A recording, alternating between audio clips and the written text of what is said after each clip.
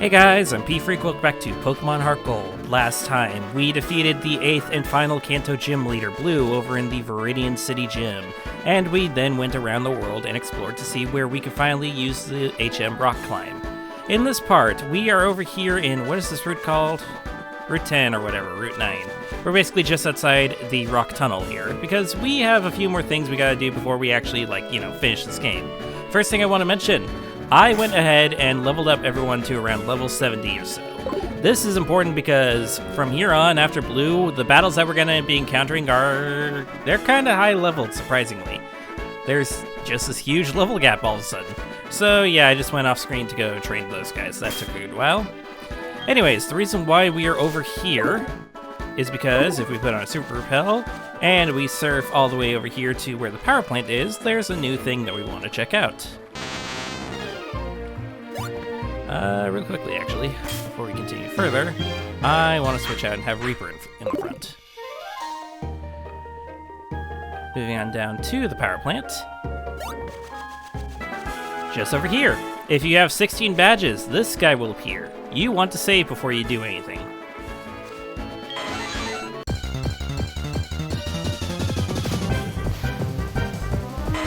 Say hello once again to Zapdos. This is the third Zapdos that we've encountered so far.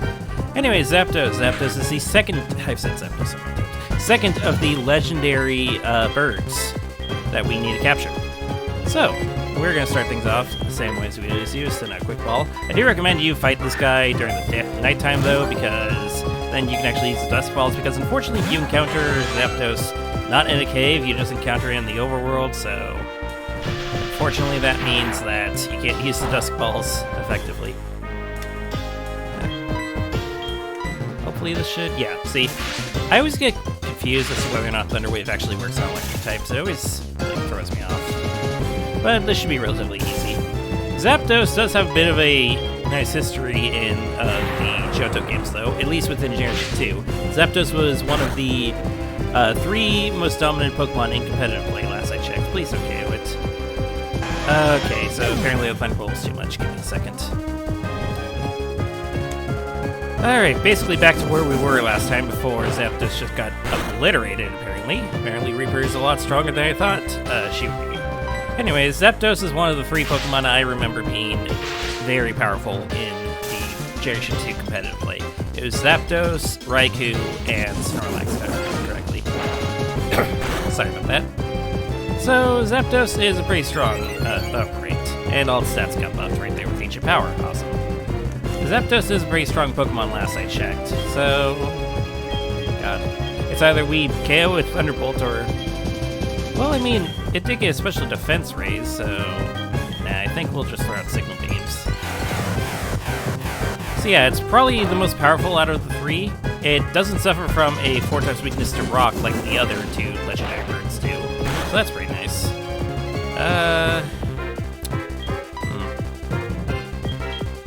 Let's switch over to...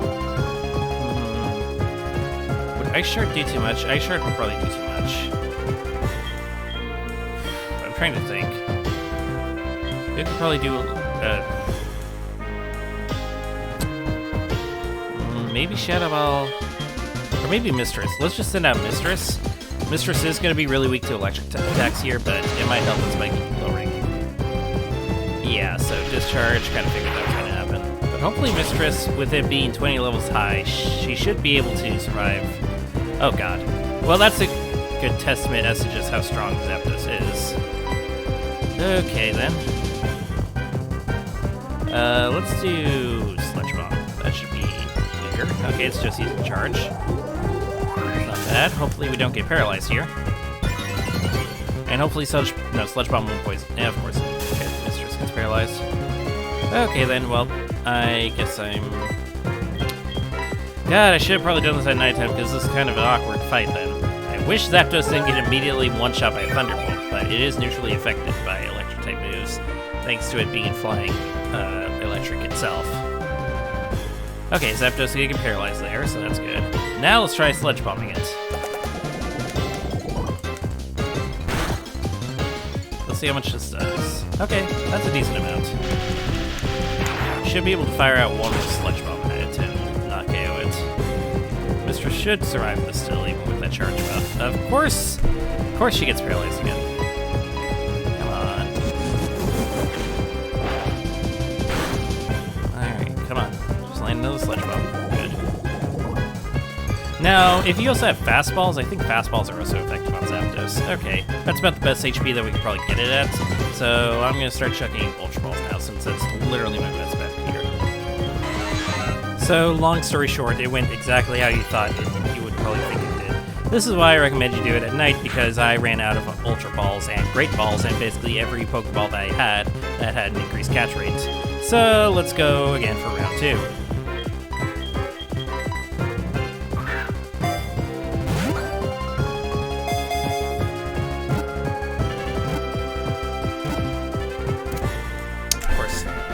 Of course. I go back and I go and prepare for this. I buy more Ultra Balls, and I just double check to make sure I didn't have any fastballs with Kirk. And of course, immediately a Quick Ball just captured. You know what? I'm not gonna complain. I'm not complaining because it took me for freaking ever to even get the thing the first time. Whatever, I should just be grateful. But yes, that's Zapdos. Thankfully, at least from my knowledge, that should be the last legendary we need to capture without being able to use Dusk Balls on it, or like the last legendary that we need to capture outside of the cave. Now with that done, I'm going to do some preparations real quickly before we go off to our next area. Okay, now that I got my team prepared, the next place we are going to is also inaccessible until you have all 16 badges. We are not going to Mount Silver yet. I should have probably said at the beginning of this episode, but I'm not planning on going to Mount Silver in this episode. That's a whole giant dungeon that we need to explore, and there are several other things we can do beforehand. Alright, we're gonna go surf over here. We have not actually been to this part, if I remember correctly. This is, of course, one of the famous locations where you can do the Mewtwo glitch. Is it Mew? No, it's the Mew glitch. Where basically you walk up here, there's a trainer here. It's a huge, really popular glitch in Generation 1. I don't have time to explain it, but trust me, it's pretty interesting. And we have access to this cave right over here. This cave is only accessible after you get 16 badges. This is the Cerulean Cave. This was basically the post-game for Generation 1, and of course it's starting here. Luckily, I have my Flash user with me. We are going to lighten things up. Yes, it's another dungeon, unfortunately, so we're going to be exploring here for a bit. There's actually quite a nice reward if we make it to the end of this dungeon. There are some hidden items around here, though. Let's see. It's in that crystal formation over there. Okay. So I guess we could surf on here. I do believe that the only HMs you really need are Rock Smash and Surf. Oh, and I think Rock Climb as well. I don't think you need anything else, so that's why I have the set of Pokemon that I do have. There's a ladder over there that we can take. A lot of interconnected bridges here. And of course, the Repel's effect wore off. You get a lot of Repels whenever you explore dungeons. You know how this works by now. Hopefully, this will probably be the second to last dungeon that we explore. The last one being Mount Silver itself. Looks like there actually might be something down south of us, but let's see what this is. This is a nugget, okay. Some money in the bank. Let's see. This is stuck behind some boulders for us to smash. That shouldn't be a problem. It's right here. Hyper Potion, alright. Although at this point I just have a whole bunch of... Didn't I just buy a whole bunch of fill restores? I think I did. Another hidden item somewhere around here. It's in that crystal formation over there. This item is a full restore, speaking of full restores. And let's see. Anything else around here that's immediately accessible to us? I guess we can walk over here, actually. Let's see. There are a bunch of hidden items around here, and a bunch of non-hidden items. So I probably won't explore all of it and get all the hidden items here, because there's a lot for you to explore here. And yeah, the second floor is literally just a giant maze. So have fun getting through that. Just saying. It's a lot. It's a lot of stuff for you to explore. This is also a famous spot, at least in for me personally, in Pokemon... I can't believe I'm referencing this game of all games. Pokemon Let's Go Eevee and Pikachu. This is a spot where you can find Chanseys, and Chanseys give out the most experience, so... You know, it's a good place for you to grind in those games. Which is ironic to say that you're grinding in Pokemon Let's Go Eevee and Let's Go Pikachu. Nope, it's down there, but looks like we already went over all the way over here. Thought we'd probably be in here for a bit longer. I think this is Oh, there's some rock smash. Not rock smash. Some rock climb walls. I do have my rock climber with me. Oh, there's a hidden item right there. Figured there'd be. So I can always pull out Snorlax if I ever want to go down to see what those are. Oh, we got something. We got a green shard. That's cool. We can trade that for some berries over in Violet City. And a max revive. I'll happily take those. Although I have plenty of revival herbs now, so I don't really need it. But, you know, it never hurts to have it. Again, I could use the Black Flute, but it doesn't guarantee that I'll not run into any Pokemon. It just lowers the chances. Which, there's a big difference between guaranteeing and lowering the chances. Let's see what this item is. This is another max revive. Okay. I'll happily take 2 of those. Especially considering the challenges we're going to be coming up with soon. Or encountering soon. Let's see. What's over here? Another item? An Ultra Ball. Great, I guess. And that just leads to rock climbing down there. We'll probably go explore to see what that is later. For now, I want to cross here. And if we go across here this way, we end up over here. I did remember there was a hidden item right over here that I want to grab. Or at least it showed that there was a hidden item over here. And we got another item. We got a Max Ether. Alright. I have plenty of Lepid berries though still, so I don't really need that, but I'll take it. Let's see, it is right here. Another Ultra Ball. Yay. Excuse my enthusiasm. I don't want to see another Ultra Ball in my life, honestly. After having to use so many of them on Zapdos, I'm just like, ugh. Please, no more. Please, have mercy. Okay, let's see what's in this crystal. I like crystals. Crystals are really cool. Especially when they come in a variety of different colors. Like, Bismuth crystals. Those are freaking awesome, honestly. Do they have a Pokemon that's based off Bismuth? They should have, like, a rock type that's based off of Bismuth. That'd be really cool. Oh, that gives me an idea. So, in a concept for an original... I think that's where we're supposed to go? Yes. So, in a concept for an original Pokemon game that I thought up of, there was a new type that I made called Rainbow type. So it'd be really cool if I made a Rainbow Rock type Pokemon based off Bismuth. Anyways, main reason we're here, you want to save your game.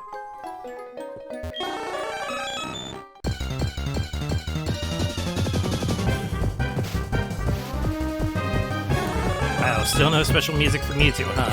Anyways, this is Mewtwo. This is a Pokemon basically known to be one of the best legendary Pokemon ever since its debut in Generation 1. It's of course a Psychic type, so it was really broken in Generation 1, and of course they kept giving it more and more stuff to just keep it at like a really high tier Pokemon. So that's neat, I guess. I don't know. Anyways, let's start off the same way we did with Zapdos and throw a quick ball at it, see if it'll catch. Survey says no, of course not. Why wouldn't, honestly? Alright, powers. You have a higher you have a higher special attack stat than Reaper. What? Okay. Sure, I guess. And guard swapping as well. Reaper might actually have a higher defense stat. That's weird for you to use though, because with you being a legendary Pokemon, you kinda have higher stats than you'd figure you would have higher stats than me. Anyways, I don't know, let's see if a Signal Beam works. It is super effective against me too, but hopefully should be able to not die to it. Yeah, okay.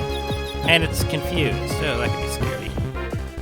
But yeah, one benefit of fighting Mewtwo here though is that Mewtwo is in a cave, so you can actually use Dusk Balls on it, no problem, so I'll definitely be doing that. And I don't want to lower it anymore just in case Confusion lowers it anymore, so I'm just gonna start chucking Dusk Balls. Hope to see if I capture it. Okay, I was gonna say, I don't know, after the whole Zapdos battle, I probably could have used a bit more luck, but I got the luck with the quick ball. Yeah, that's why I didn't damage it anymore, because it probably would have KO'd itself at this point. Alright, let's keep doing this.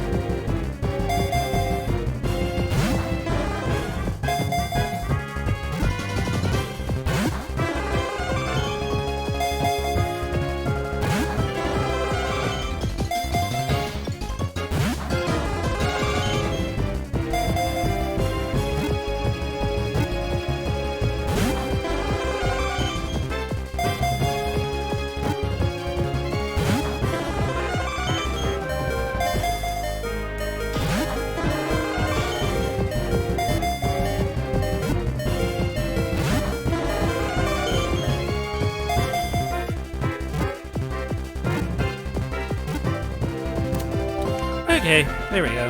That wasn't too bad. Just got poor Reaper KO'd and then just sent out Ra, and I guess Ra scared it. Alright, well, that's Mewtwo and that's Zapdos. That's kinda all I wanted to do, to be honest, this episode. I guess I'll really quickly explore the rest of the dungeon, see if I find anything else that's really useful. So, give me just a second.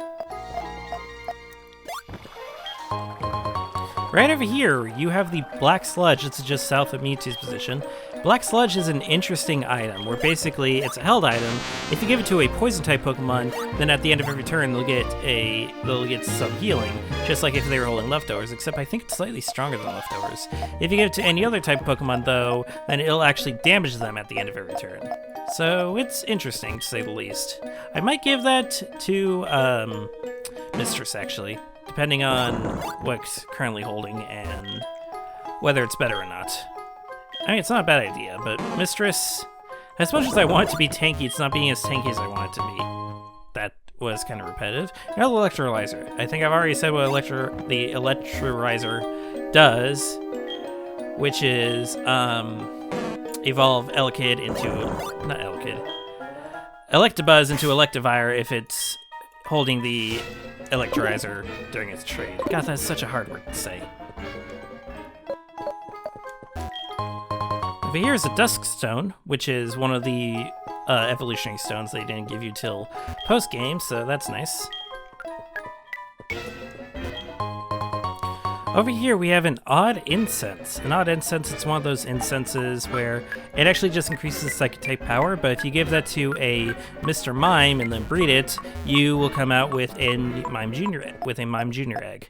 Which is good if you're completing your Pokedex, but there's not really much reason to have Mime Jr. It's another big Pokemon that's kind of useless. Alright, so I think that's all the stuff you can get from going through this ladder. I'm going to go try some of the other ladders, see what other stuff I can find. But that is the ladder you want to go through if you are looking specifically just to get Mewtwo and then leave. Like I honestly kind of feel like I should be doing.